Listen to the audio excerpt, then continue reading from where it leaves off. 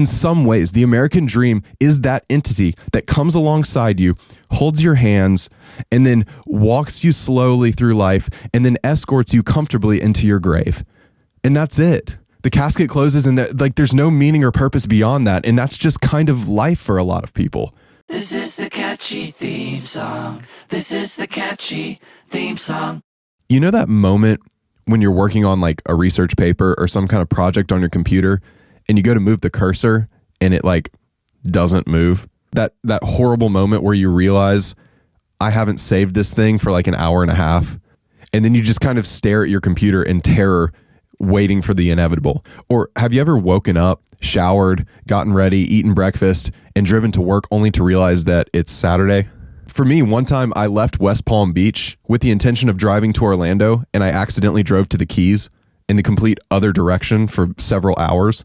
I don't know really how that happened, but it happened. And that moment when I realized I was in the Florida Keys and I had actually double the amount of time to drive to get to Orlando was a terrible moment. Like the moment when your computer restarts and you realize I have to start over on whatever I was working on. You think about all the time and effort and work that you put into a project, and now it's gone. It's wasted. You wish you could have that time back. Or if I'm making this video and then I realize by the end of it that I forgot to push Yeah, I pushed record. Okay, so I should be good, but let's just pretend that I forgot to push record. It'd be devastating. Like I would have to go do it again. Making these is really hard. See, we don't like to just aimlessly work. We like to see a purpose to the work that we're doing. So when we put in hours and hours into some sort of project, only to realize that all that time was ultimately wasted, that's a hard moment for us as human beings because we realize it was all for nothing. See, we as humans like to see meaning and purpose in the things that we do. As humans, one of the worst thoughts we could ever have is it was all for nothing. My life was for nothing. My time, my energy, my effort ultimately amounted to nothing. Like when we experience something really difficult, like a breakup or a death, we tend to look at that situation and try to find some meaning or purpose to it all. That's why we like the idea that everything happens for a reason, even the bad things. Even when we experience something really difficult, we like to look at that situation and ask the question, how did I grow? Or what impact has this had on my life? Because what we really want to know is what was the purpose of it all? There had to be some purpose. There had to be some meaning, some reason that this happened. It can't all be for nothing. And as humans, this is ultimately really one of our biggest fears: futility, vain labor, meaninglessness, purposelessness, the idea that ultimately our lives don't matter. And now the philosopher Albert Camus actually says that our lives are like this. Our lives are meaningless. And the way that he describes that is by using the mythological character of Sisyphus.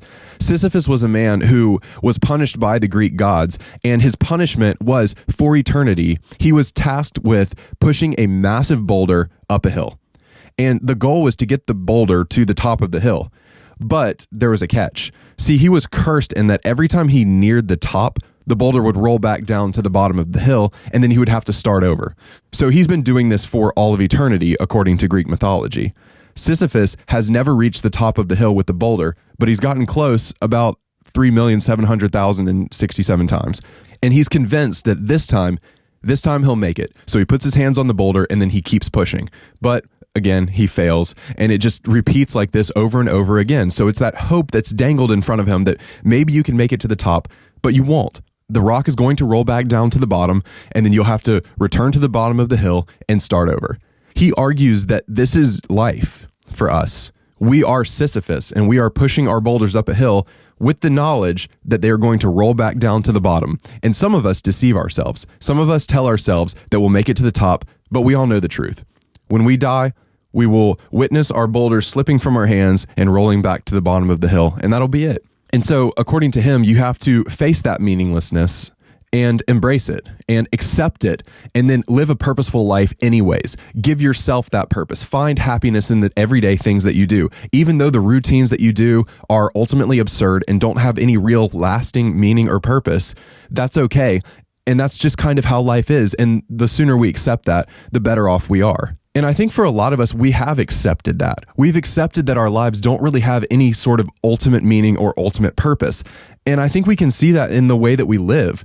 And the purpose of life is just to be happy and comfortable and just to kind of enjoy it like a roller coaster. It has ups and downs, and you're going to arrive at the same place you began, but just enjoy it. And so for that reason, we're content to live our lives, not really striving for something extraordinary, but just kind of copying what everyone else does, listening to the same music as everyone else, watching the same shows as everyone else, living a happy and comfortable lifestyle until we die. I mean, that's the American dream. In some ways, the American dream is that entity that comes alongside you, holds your hands, and then walks you slowly through life, and then escorts you comfortably into your grave. And that's it. The casket closes, and there's no meaning or purpose beyond that. And that's just kind of life for a lot of people. And that's sad. As human beings, we crave so much more than that. And as a society, if we have accepted that our lives ultimately have no purpose or meaning, is it any wonder that people are suffering from so much anxiety and depression? Because as human beings, we were created with a deep longing for purpose. Like, I get it, depression is really complicated, and it's not as simple as just like one variable, but that has to add to it. But I think that ultimately the church should be stepping forward and proclaiming this deep and lasting purpose, but it's not. And I've tried to understand exactly why that is, and I think that's kind of what I'm getting at in these episodes, that I think if we look at why the church is not preaching purpose, we'll understand more where we kind of went wrong as the American church. And so what is this version of Christianity that has given up on purpose? Because if purpose is so inherent to the Christian message, how do you preach the gospel without communicating the purpose for which we exist? I think that's moralistic therapeutic deism. And I talked about that in a previous episode, but basically the purpose, according to moralistic therapeutic deism, of your life is to be happy and comfortable, and then God exists to make sure your life is happy and cozy and comfortable. It turns something that should be eternal into something that is temporal. And it takes the Christian message, which should be focused on eternity in the way that our lives are oriented towards eternity, and it turns that gaze onto our lives now. And it strips us of any real purpose as it pertains to eternity or God or some greater call, and it turns it into just us and our individual lives. And I think that's why we see so many Christians who honestly don't really understand why they exist, and they just kind of live life trying to be happy and trying to be comfortable, and they live their lives as if this is kind of it, and they're afraid to die, and they don't really understand why they were created. And so I think as the American church, we have in a lot of ways lost our purpose, or we never knew it in the first place, and we have to sort of discover it for ourselves. Because Christianity offers that deep and lasting purpose that we all crave. And now some people would argue that Christianity was created as a religion to fill this void that we all have, this desire for meaning and purpose. So they would argue that we wanted meaning and purpose, and so we created Christianity to fill that void. So the desire came first, the religion came second. And I'm arguing the opposite, that the order is flipped, that we were created for a specific purpose, and then God gave us that desire for purpose because he intends to meet it and satisfy it with the gospel message.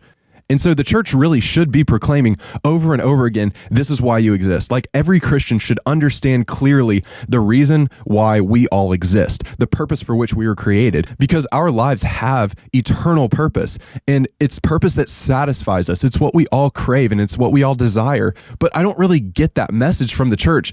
Instead, I just get messages about how I can be happy and comfortable, and there's just so much fluffiness in Christian culture, and I don't understand it, because that's not what we want. We don't just want to be happy in this moment. We want to be joyful, and I think one of the healthiest mental states that a human being can be in is waking up every single morning and understanding profoundly, this is why I exist, and I see my life fitting into this grand purpose for which I was created. Every millisecond of your life has meaning and significance and value. Like, knowing that literally everything you do has a purpose and a reason behind it and can fit into this grand narrative of history, that is powerful. That is so much more powerful than just a therapeutic message about how you should be happy and feel good. I think one of the reasons why the church doesn't preach this is because it's not so straightforward. It's not like there's just a Bible verse that says, this is why you were created and this is your purpose. You know, it's not as simple as a plot in a movie like rescue the princess or take the ring to Mount Doom and throw it in the fire. You know, that's something that we all like because it's just this one task that we can all focus on. Our purpose is not that simple according to Scripture. Our purpose is to worship and glorify God, but that's kind of abstract, and unpacking what that means can take a while. And so it's admittedly difficult to talk about purpose because it's not that straightforward.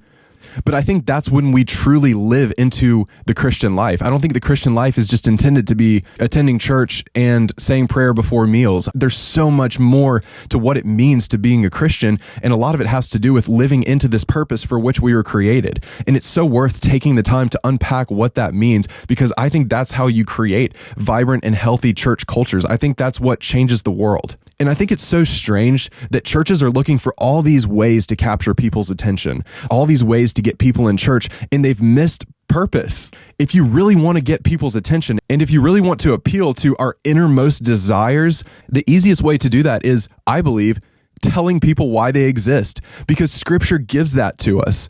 And that's something we shouldn't be holding back. Like, I think that is what people are ultimately looking for. But I think what happens when the church loses its purpose is the church looks like kind of what I've been talking about in previous episodes. And I think that's in a lot of ways what's happened to the church, is it's sacrificed this deep and everlasting meaning for something that is so much more fleeting, for just kind of enjoying life. And for that reason, I think that churches in some ways kind of look like picnics. That's kind of what I would compare it to, is like a picnic where everybody is just kind of enjoying their little spot and they're happy and they're comfortable. And if you show up to a picnic wearing battle armor and like bringing weapons, you're going to feel awkward. It's going to be uncomfortable. And for the people who see their lives in light of this purpose and who wake up every morning putting on their battle armor and going out to war, not in the crusade way, like in the spiritual warfare way, in the good way, in the biblical way, those people show up at church and they feel like strangers. They feel like they don't belong there because they're showing up to picnics dressed in battle armor.